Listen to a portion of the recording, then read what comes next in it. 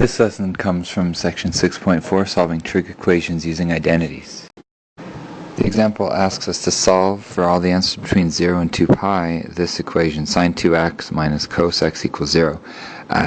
Two problems just looking at it as is. I've got a double angle and a single angle, which is an issue, and I also have sine and cosine. So my first thought is, let's get rid of the double angle problem. Look at your formula sheet and you'll realize that sine 2x is 2 sine x cos x. And you've got minus cos x equals 0. Now one quick factoring step, and I'm able to actually separate the sine from the cosine in this question, because if I factor out cos x as a common factor, I've got 2 sine x minus 1 equals 0. Now it's all factored and equal to 0, which means I'm really solving two little equations. What makes cos x equals 0? That would make that equation true. Or what makes 2 sine x minus 1 equals 0?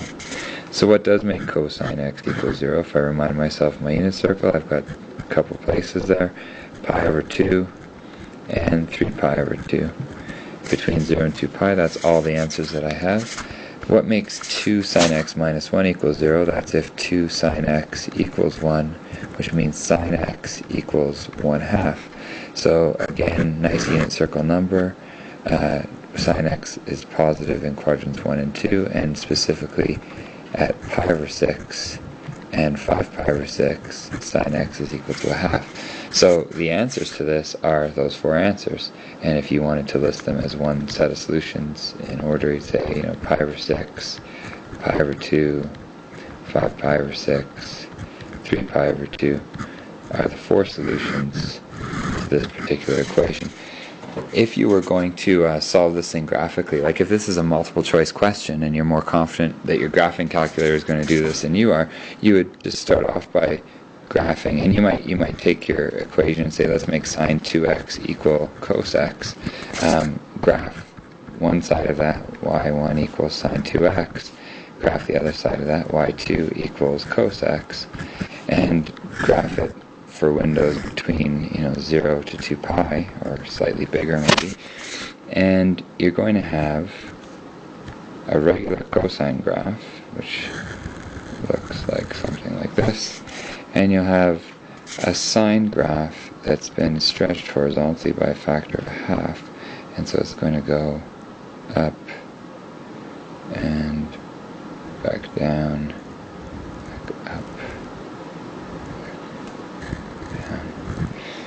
not the nicest drawing you've ever seen in your life, but you should find 1, 2, 3, 4 intersections. And as mediocre as the drawing is, you can see even roughly where those intersections are.